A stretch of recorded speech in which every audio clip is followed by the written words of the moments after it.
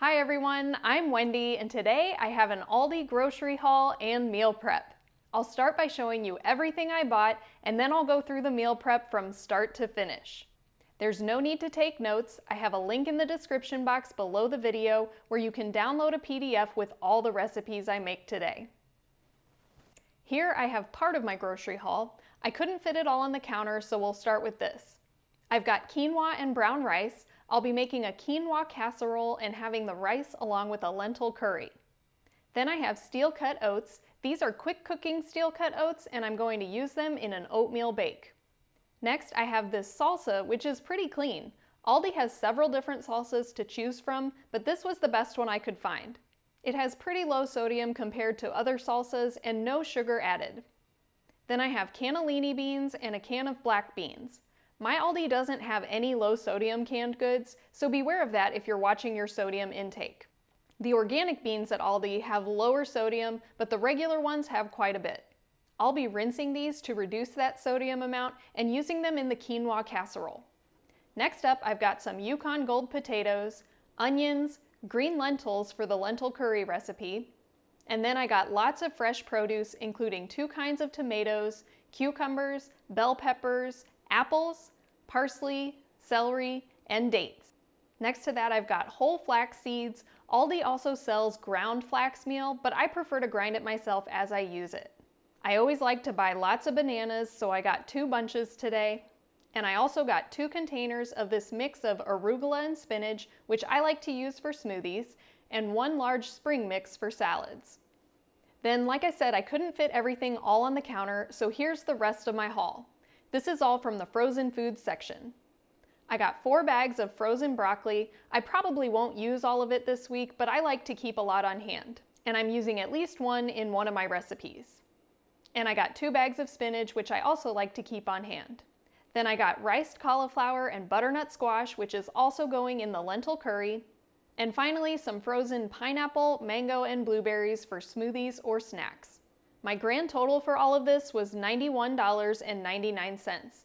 And I will be using most of this throughout the week, but there will be some leftovers as well. For me, the food prep will yield enough food for 1 person for the whole week, but everyone has a different appetite, so depending on how much you eat, you may have more or less. So now it's time to get cooking. When doing a big meal prep like this, I recommend getting organized before you start. So here I've laid out all of my groceries and organized them by recipe. I have the potatoes that I'm going to steam, I have the rice which will go with the lentil curry, and I have all the other curry ingredients here. Next I have all the ingredients for the quinoa casserole, and finally all of the ingredients for the oatmeal bake. Once I have all the groceries organized, I also need to grab a few things from the pantry and get out all of the dishes and equipment that I'll need. Before I do any other prep, I want to get my potatoes and rice going, and then I can prep the rest while those are cooking. I'm washing the potatoes and then adding them on top of the trivet in my 6-quart Instant Pot. I added a cup of water and I'll cook that on high pressure for 12 minutes. If you don't have an Instant Pot, you could also steam or boil these on the stovetop. Then I'm rinsing 2 cups of the brown rice and adding that to my 3-quart Instant Pot with 2 cups of water. Normally I cook brown rice in the Instant Pot for 22 minutes, but this is quick cooking brown rice, so it only needs a 5-minute cook time. Again, you could of course cook this on the stovetop following the package directions, but I love the Instant Pot because I can set it and forget it. And now that I've got those going, I'm going to prep the spices, fresh veggies, and other ingredients that I'll need for my recipes. Again, I have everything written out in a PDF that you can find linked below the video. And as I make each recipe, I'll fill you in on the exact ingredients, but for now, I'm just measuring it all out. I'm grinding some of the flaxseed for the oatmeal bake and measuring it along with the rest of the ingredients for that recipe. Then I'm also measuring all the spices for the lentil curry and quinoa casserole. I'll set these spice blends over by the rest of the ingredients for each recipe, and then I'll wash and chop the rest of the fresh veggies. Some people use vinegar or some kind of vegetable wash, but most of the time I just use running water. And once those are clean, again I'm chopping them and separating them by recipe. So everything will be ready when I'm ready to assemble each one. Next, I'm going to start preparing my baked oatmeal. I'm adding 3 bananas to my blender. These are the ones I just bought and they're still a little green. I'd recommend waiting until they're a little more ripe for this recipe, so they'll be a little sweeter. You could also use frozen and defrosted bananas. You may just have to adjust the amount of liquid you use, but the recipe should turn out fine either way. Then I'm also adding a couple dates. This is totally optional and you can use as many dates as you like depending on how sweet you want it. And finally, I've got 3 cups of water. Then I'm adding the dry ingredients to a mixing bowl. That's 1.5 cups of the quick cooking steel cut oats and the ingredients I measured out earlier, which is vanilla bean powder, cinnamon, and ground flaxseed. Then you'll want to use 2 to 3 diced apples in any variety you like. Today I have Cosmic Crisp. You can peel the apples if you prefer, but I don't mind the texture of the skin, so I'm leaving it on. And I like to chop these pretty small.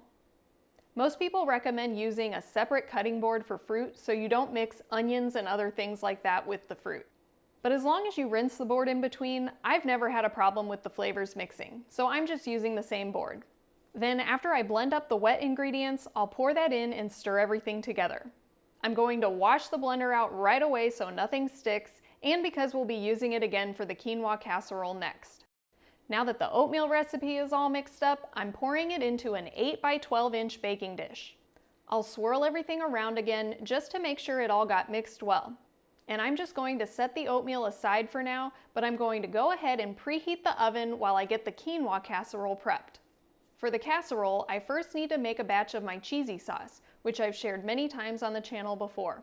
For this, I need some of those potatoes that I cooked.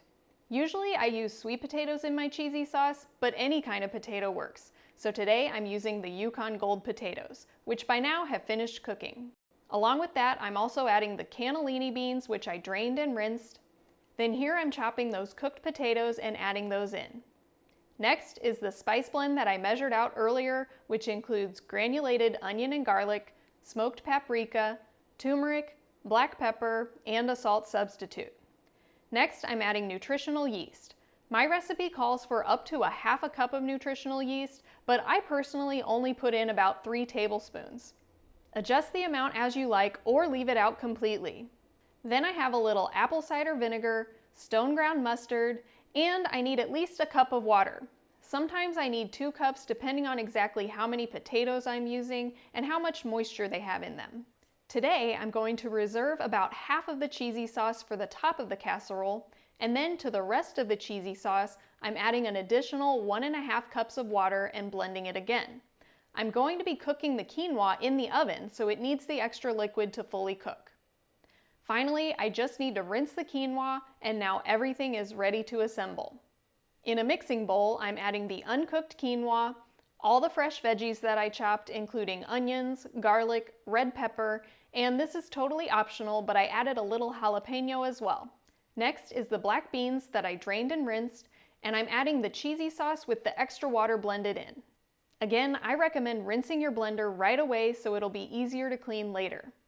And then as I started mixing, I realized I forgot the broccoli. I like smaller pieces of broccoli, so I chopped it up a little bit and then added it in. Once that's all mixed together, I'll transfer it to another casserole dish. This one is 9 by 13 inches. Like with the other casserole, I'll give it a little bit of a stir in the casserole dish just to make sure everything's mixed up and spread out evenly. I'm covering this one with foil and I'll put it in the oven along with the baked oatmeal. I'll set the extra cheesy sauce aside because I'm going to add that to the top of the quinoa casserole after it cooks for a bit. These are going to cook at 375 degrees Fahrenheit for about an hour, but I'm setting the timer for 30 minutes so we can check on them then. Now that those are baking, I'm going to set aside the rest of the Yukon Gold potatoes to cool, and because I want to reuse the 6-quart Instant Pot for the lentil curry. The brown rice is also done by now, but I'm just going to let that sit because I don't need to use that Instant Pot anymore and I can deal with the rice later. So back to my 6-quart Instant Pot, I'll dump the cooking water from the potatoes out and give it a quick rinse. Then I'm adding onion, celery, garlic, and a couple of the fresh tomatoes that I bought today. Next, I've got 2 cups of green lentils that have been rinsed, the frozen butternut squash, or you could use sweet potato as an alternative. Then I have the bag of frozen riced cauliflower and about half of a bag of spinach. And my spice blend, which includes curry powder, granulated onion and garlic, garam masala, a salt substitute, and a little bit of black pepper. Finally, I'll stir in about 4 cups of water.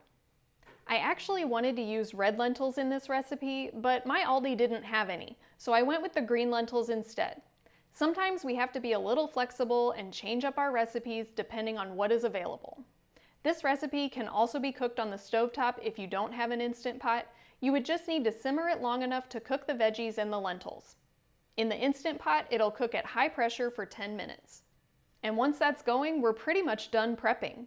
So now I've got time to clean up while I wait for everything to finish cooking. I'll transfer the brown rice to a storage container and let that sit out and cool. And then I'll clean up my dishes. I have to give a shout out to my sister for getting me hooked on using gloves to wash my dishes. She's really good about taking care of skin, which I don't pay much attention to, but she encouraged me to use these gloves, and it definitely helps during these cold, dry winters when I used to get really cracked and dried skin on my hands, but now my skin stays hydrated all year long. Of course, I won't be able to do all of the dishes because we're still cooking the curry, but we'll have time to wash that later. Now would also be a good time to prep salads if you wanted to prep them ahead of time. I usually just make my salads throughout the week, so I'm just washing the rest of the produce and putting it in storage containers. But you could go ahead and chop the cucumbers, tomatoes, and onions, or whatever veggies you may have bought for salads. Then while I was cleaning, it had been about a half hour since the casserole started baking, so I wanted to check on them. The baked oatmeal is looking good and it can just stay in the oven, but I needed to take the quinoa casserole out to give it a stir. As you can see, there's still quite a bit of liquid, but the edges dry out faster, so it's a good idea to give this a stir to make sure the quinoa cooks evenly. That will go back in the oven with the foil on top for another half hour or so. And by now, my lentil curry is also finishing up.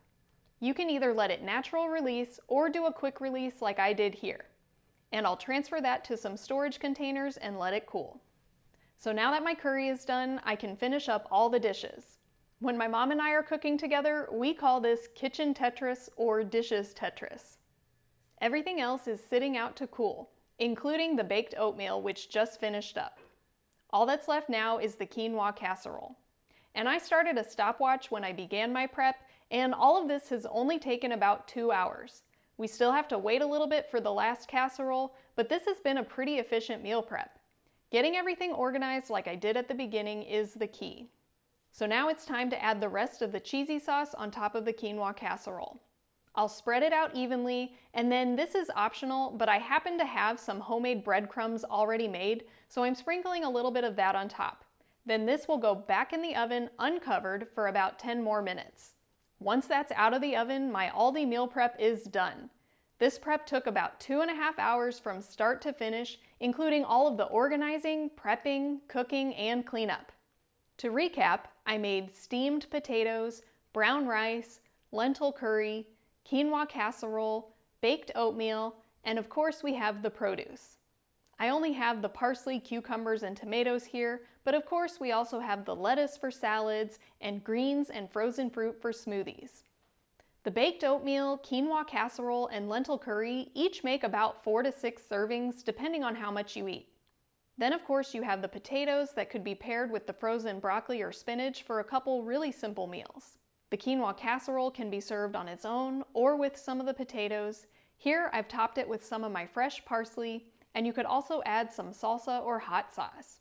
The lentil curry can be served over the brown rice and again topped with fresh herbs. You could also serve this over some of the potatoes. And finally, the baked oatmeal can be served cold, or you can warm it up each morning for breakfast. Hit the thumbs up if you enjoyed this video. And if you're a meal prepper, I have a couple other meal prep videos that you might enjoy, and I'll put a playlist for that right here. Or if meal prepping isn't your thing and you just want quick 10-minute meals that you can throw together on the fly, you might enjoy my recent pantry meal video, which I'll link here. Thanks for watching, and I hope to see you next time.